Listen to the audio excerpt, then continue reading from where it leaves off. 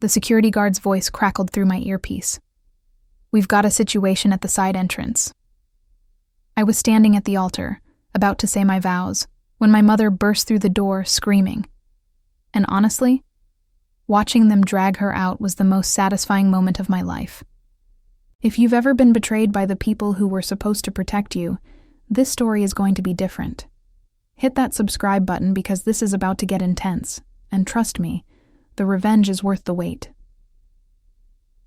I'm Alice, 25, and I need to tell you about the day my entire life imploded because of one sister's lie.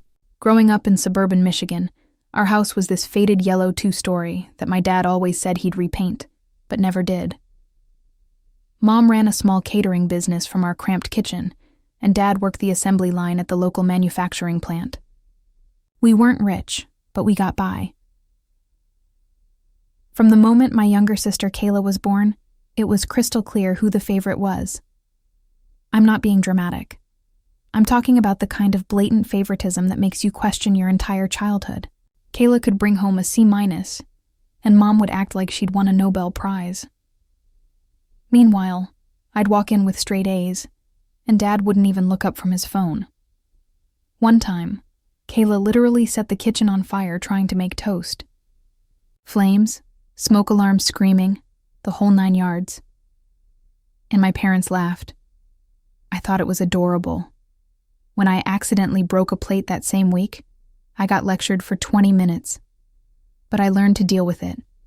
Kept my head down, focused on my grades, played softball, hung out with my best friends Grace and Julia. Pretty standard teenage life, until Kayla started dating Dylan when she was 17. I was 19, working night shifts at a warehouse, saving for community college. And from the second I met Dylan, every alarm bell in my head started ringing. This guy was bad news. No job, no plans. Just this cocky smirk and an air of, I don't give a damn about anyone. I started noticing things, like the time Grace and I spotted Dylan lurking around Best Buy's electronics section, eyes darting around like he was casing the place. Then he mentioned selling a brand new MacBook for cash, way below retail. Pretty obvious he hadn't bought it legitimately. I tried warning my parents. Sat them down after dinner, explained what I'd seen. You know what Mom said? Don't be jealous. Just because your sister has a boyfriend and you're still single. Dad added, Kayla's smart. She can handle herself. The irony? They'd hated all her previous boyfriends, but somehow they were blind to Dylan's red flags. Kayla changed after dating him, got secretive, started borrowing money from Mom's purse. Her eyes were bloodshot sometimes. She'd blame allergies. Got thinner, more jittery. At the time, I thought it was just stress. I didn't realize how deep it went.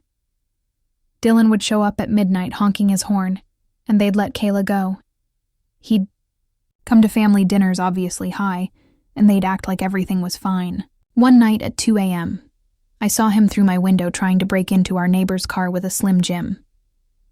When I confronted him, he claimed he was checking if they locked their doors for safety. I told my parents. Mom said I was causing trouble. Dad told me to mind my business. Kayla defended him. I felt like I was losing my mind. Then March 2018 happened, and everything went to hell. Stuff started disappearing from our house.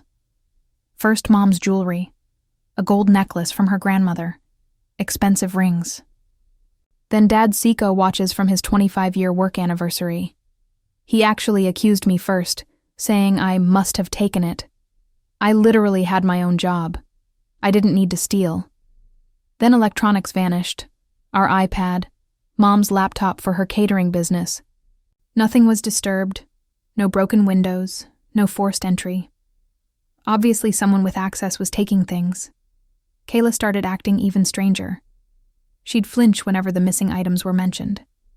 Started locking her door constantly.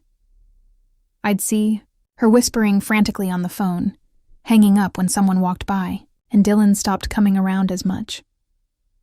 Then came the morning that destroyed my life.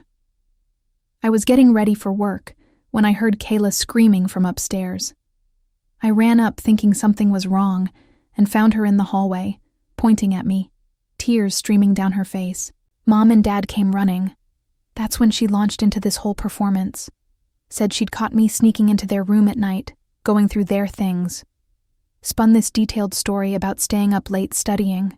Kayla never studied. And seeing me creep into their bedroom multiple times.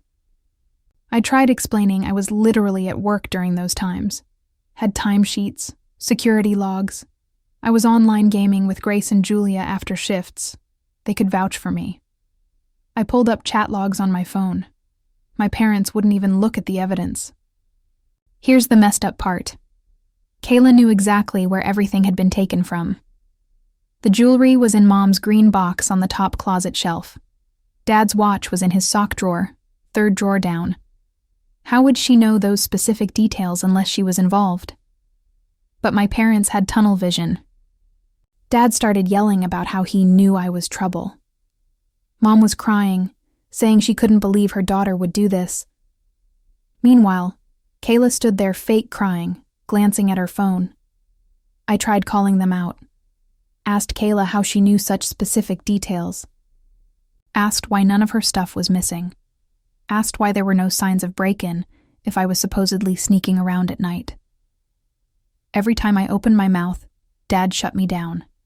Then came the ultimatum. Either admit what you did and return everything, or get out. I told him I couldn't return stuff I never took. That's when he lost it.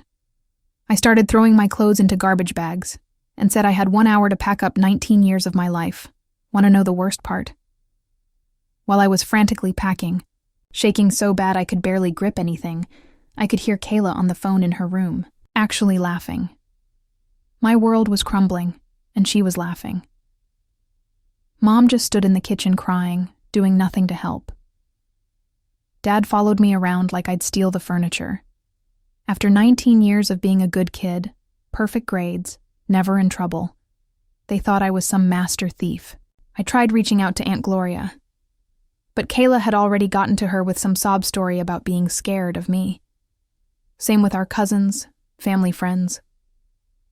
Within 48 hours, everyone thought I was a criminal. I had nowhere to go, no backup plan. I sat in my car for an hour, hands shaking on the steering wheel, watching the house lights go off one by one, like they'd already forgotten I existed. I slept in my car in a Walmart parking lot for 3 nights. 3 nights of trying to sleep, sitting up, waking up every time someone walked by, terrified someone would call the cops. Finally, Grace's family let me crash on their couch, but I could feel the strain. Her mom made extra food, but I'd hear them late at night talking about bills, about money being tight. I had to quit my warehouse job, too far from Grace's place. Lost my college savings just trying to survive. Every penny I'd saved, gone. I spent 3 months bouncing between friends' couches, applied to maybe 30 jobs, but word travels fast. Thanks to my parents telling everyone about the thefts, I'd get interviews that seemed promising, then suddenly get ghosted. Found out later several places had called my parents for references. Finally caught a break when Logan, Julia's older brother, told me about an opening at his friend's auto shop 2 towns over. Basic work. Answering phones, scheduling appointments. Minimum wage, but I'd have taken anything. The shop owner, Arthur, was decent. Didn't care about my history because Logan vouched for me. Even let me sleep in the break room for 3 weeks until I saved enough for an apartment. I found this tiny studio above a Chinese restaurant. 1 room with a bathroom and hot plate. Smelled like fried rice constantly. But it was mine. The first night there, I just sat on the floor, didn't even have furniture, and cried. Relief. Pure, overwhelming relief. I started rebuilding. Got promoted to service advisor after 6 months. Made new friends who didn't know the drama. I started taking online business classes when I could afford them. Meanwhile, my family lived their best lives like I'd never existed. I'd check Facebook sometimes. I know I shouldn't have. No one checked in. No one asked if I was okay. I found out Kayla got into college. My parents bought her a new car, posted photos with a bow on it. Meanwhile, I was eating ramen, trying to keep my electricity on. About 8 months after I was kicked out, Dylan got arrested. But not for the thefts I'd suspected. He got caught breaking into cars at the mall parking lot. Mall security spotted him smashing a window, called cops. He was dumb enough to still be there when they arrived. Here's the kicker. When cops arrested him, he confessed to a bunch of robberies, including our house, told them everything. How he'd been stealing from us for months, how Kayla gave him house keys, how they'd stashed everything at his friend's place. My parents found out. The cops contacted them, showed them the evidence, and my parents did nothing, didn't call me, didn't apologize, didn't tell the family the truth. They stayed quiet, because telling the truth meant admitting they were wrong, meant Kayla looked bad. Kayla broke up with Dylan immediately after his arrest. Posted this long Facebook status about being relieved to be free from a toxic relationship. Talked about how she'd been manipulated, how she was the victim. The irony was suffocating. My parents ate it up, praised her for being so brave. Meanwhile, I was barely surviving because of the mess she'd created. The worst part was their happy family photos, holidays, birthdays, vacations, all smiling like they hadn't thrown their daughter out. Mom would tag Kayla in posts about her amazing daughter. Dad posted about family game nights, like they'd only ever had one child. Over time, I focused on rebuilding. Arthur became like a real father, taught me about cars, business, and life, never judged me. When I told him what happened, he just said, "Some people don't deserve the kids they get, but you're gonna be fine." That's where Ethan comes in. He started bringing his truck to the shop for oil changes about 2 years after I started. He's a project manager for a construction company. We'd talk while he waited. One day his truck broke down 2 miles away. I picked him up, and we got lunch while waiting for repairs. We talked for 3 hours. We started dating. Took it slow because I had major trust issues. But Ethan was different. Patient. Kind. When I told him everything about Kayla and my parents, he didn't make excuses for them. Just held my hand and said, "That's not okay. You didn't deserve any of it."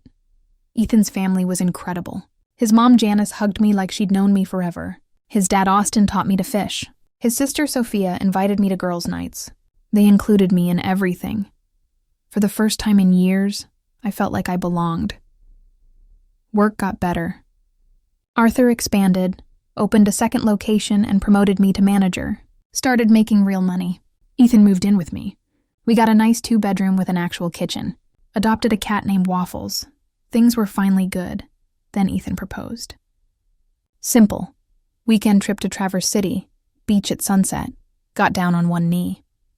Said I was the strongest person he'd ever met, and he wanted to spend his life proving I deserved to be loved right. We weren't planning anything fancy. Small ceremony, close friends, Ethan's family. I posted about the engagement on Facebook because Ethan wanted to share the news. That's when everything exploded again. My cousin Sophia saw the post, told my parents. Suddenly my phone was blowing up. Aunt Gloria messaging about how hurt my parents were finding out through social media. Like, what did they expect? We hadn't spoken in 7 years. Messages kept coming. Mom telling relatives I was breaking her heart by excluding family. Dad having people message me about being childish and holding on to the past. Kayla posting statuses about missing her sister and wanting to heal. They started changing their story. First, "You're remembering wrong." Then, "We were teaching you responsibility." Finally, "You're making Kayla feel bad about old misunderstandings." Old misunderstandings. Like I'd just forgotten to return a borrowed sweater, not being homeless for 7 years. Then I got an email from Kayla. Long, full of therapy speak. Said she was in treatment, wanted to make amends, had something important to tell me. Couldn't live with the guilt anymore. Ethan thought it was a trap. But part of me, the stupid, hopeful part, thought maybe after 7 years, they were ready to tell the truth. So I agreed to meet them. Public place only, Ethan nearby. We met at a Denny's near my apartment. Ethan sat in his truck watching. We'd agreed on hand signals if I needed him. They showed up 25 minutes late. Mom, Dad, and Kayla. Dad tried to hug me, but I stepped back. Mom was already crying. Kayla stared at her menu. Nobody spoke for 5 minutes. Just awful, suffocating silence. Finally, Dad launched into this prepared speech about time healing, wounds, and family sticking together. I sat there, thinking about how they hadn't cared about family when they threw me out with 1 hour's notice. Then Kayla started crying. Real tears this time. "I need to tell you something," she said, voice shaking, "about what really happened." "Dylan was the one who stole everything," she said. "He'd been stealing for months." "Yeah, Kayla, I know. I told you that 7 years ago. You blamed me anyway." "I know." She was sobbing. "But there's more. Dylan wasn't just stealing. He was dealing drugs, pills mainly, and I was using it. That's why I was desperate to protect him. If you'd gone to the cops about the stealing, they might have searched his place. Found the drugs, found out I was involved, my blood went cold. That explained everything. The bloodshot eyes, the weight loss, the paranoia. So you framed me," I said flatly, "to protect your drug-dealing boyfriend and your own addiction." Mom jumped in. "We found out the truth 2 weeks after you left. Police called when Dylan got arrested. He confessed to everything. 2 weeks. They'd known for 7 years I was innocent and never said a word. Why didn't you tell me?" My voice echoed in the quiet restaurant. "Why did you let everyone think I was a thief?" Silence. Finally, Dad spoke. "We were protecting Kayla's future. If people knew her boyfriend was a drug dealer, if they knew she was involved, it would have followed her. We thought you'd understand eventually."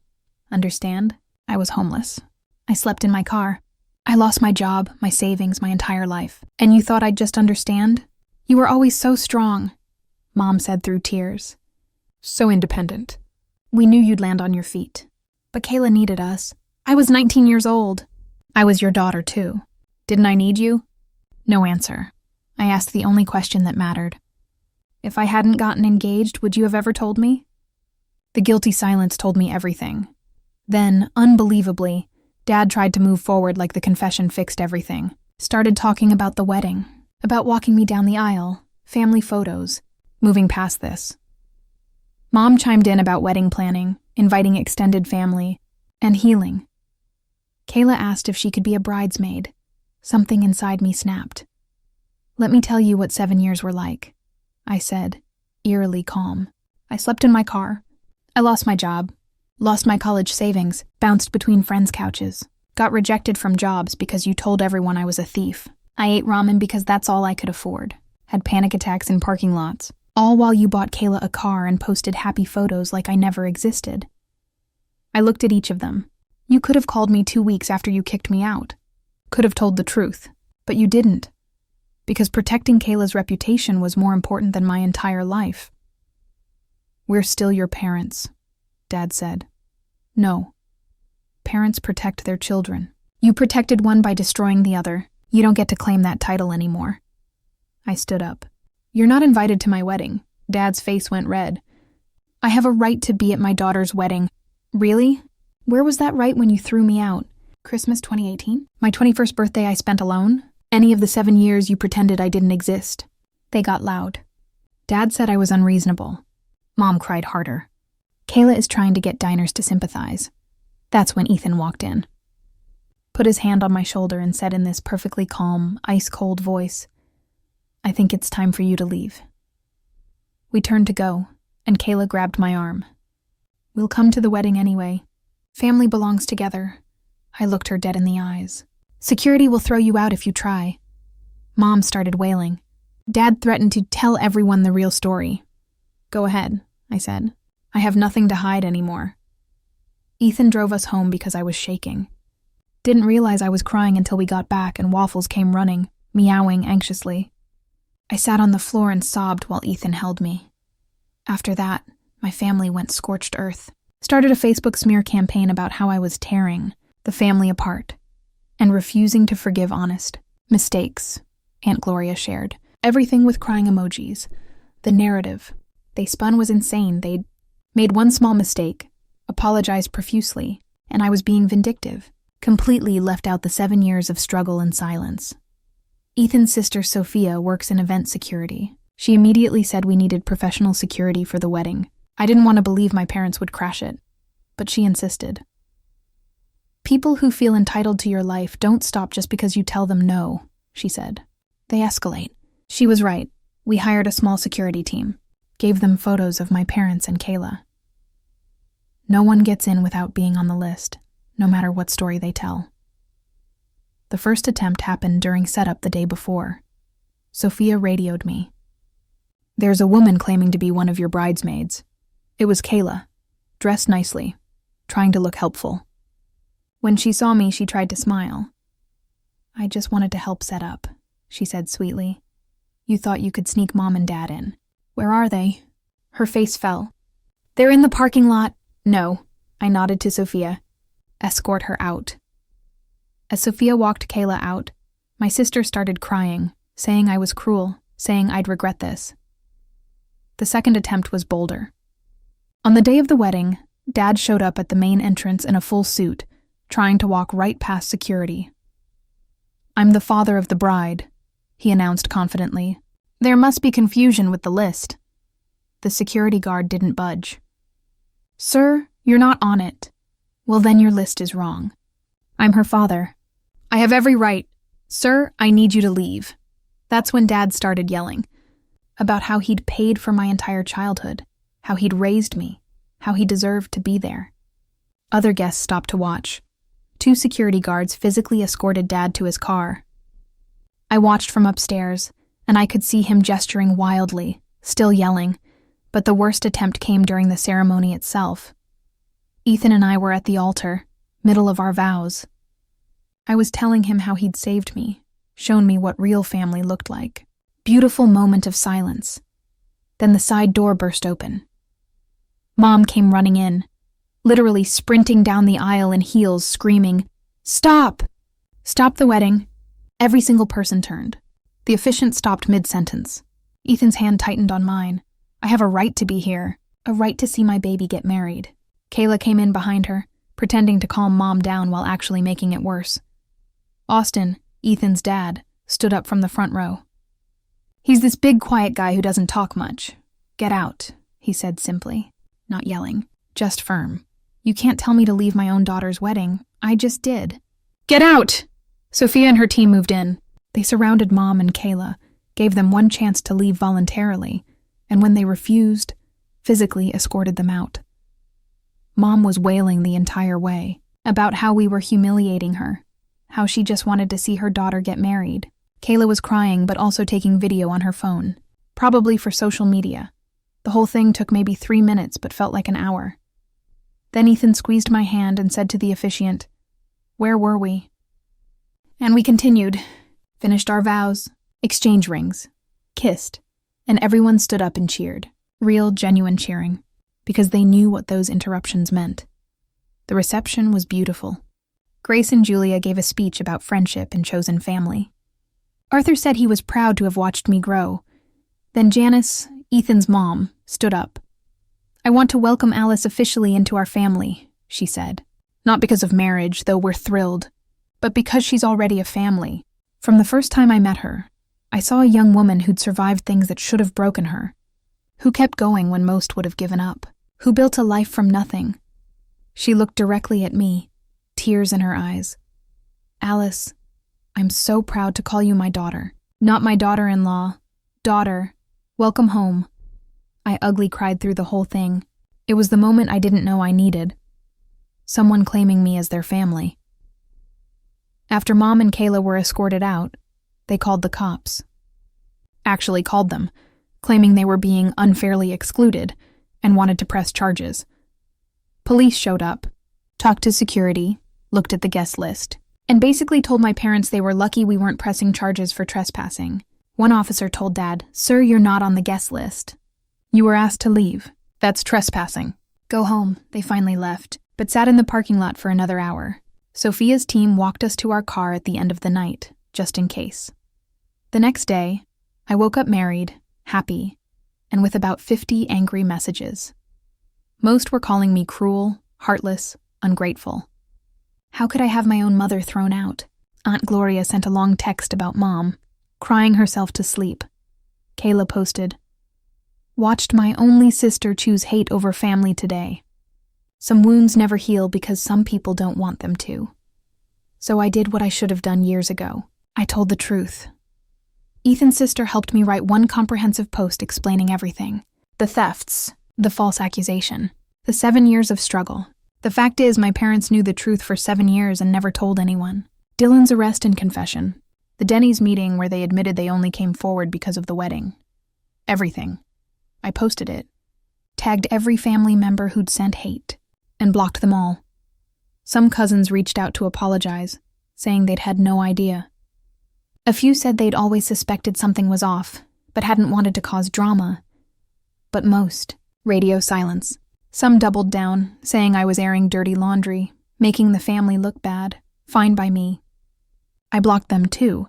Through Grace, I found out my parents were still playing victim, telling everyone I'd exposed family secrets and chosen revenge over love. That I was punishing Kayla for youthful mistakes. I don't even care anymore. I'm done with their narrative. It's been 4 months since the wedding. Ethan and I bought a house. Nothing fancy. Just a little 3-bedroom ranch with a yard for waffles. We've got a garden I'm slowly killing, and Ethan's teaching me to grill. Life is good. Really genuinely good. Arthur promoted me to regional manager. He's opened 3 locations. I oversee them all. Good pay, good benefits. He treats me like the daughter he never had. Grace and Julia come over every Thursday for game nights. We've got this whole friend group now, people who know my story and chose to stick around anyway. Ethan's family has Sunday dinners every week. Janice accidentally makes too much food. Austin and Ethan are building a deck together. Sophia texts me memes. This is what family is supposed to feel like. Safe, supportive, chosen. My parents tried one more time last month. Kayla showed up at the shop. Arthur intercepted her before she could get to me.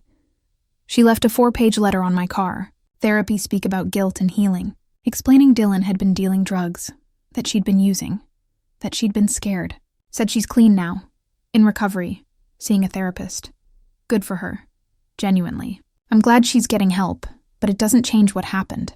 Doesn't give me back those 7 years. I threw the letter away without responding. Sometimes people ask if I miss them. If I regret cutting them off completely, honest answer, I miss who I thought they were. I miss the family I thought I had as a kid, before I understood love was conditional. But that family was never real. It was a fantasy I'd built trying to make sense of the favoritism and neglect. The real version, the parents who threw me out to protect my sister's reputation, who let me suffer for 7 years rather than admit they were wrong. I don't miss them at all. What I have now is better. It's real.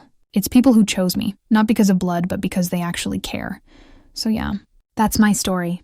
7 years of hell, followed by slowly building a life worth living. Sometimes the best revenge isn't some elaborate scheme. Sometimes it's just living well, building a life with people who actually love you, and refusing to let toxic people back in, no matter how much they cry. Blood doesn't mean anything compared to how people actually treat you. And I'm finally, genuinely happy. If this story hits home for you, drop a comment about your own experiences with toxic family or the moment you realized you deserved better. Don't forget to subscribe because these Reddit revenge stories only get more intense from here. Thanks for listening, and remember, you don't owe anyone forgiveness just because you share DNA. Sometimes the best thing you can do is choose yourself.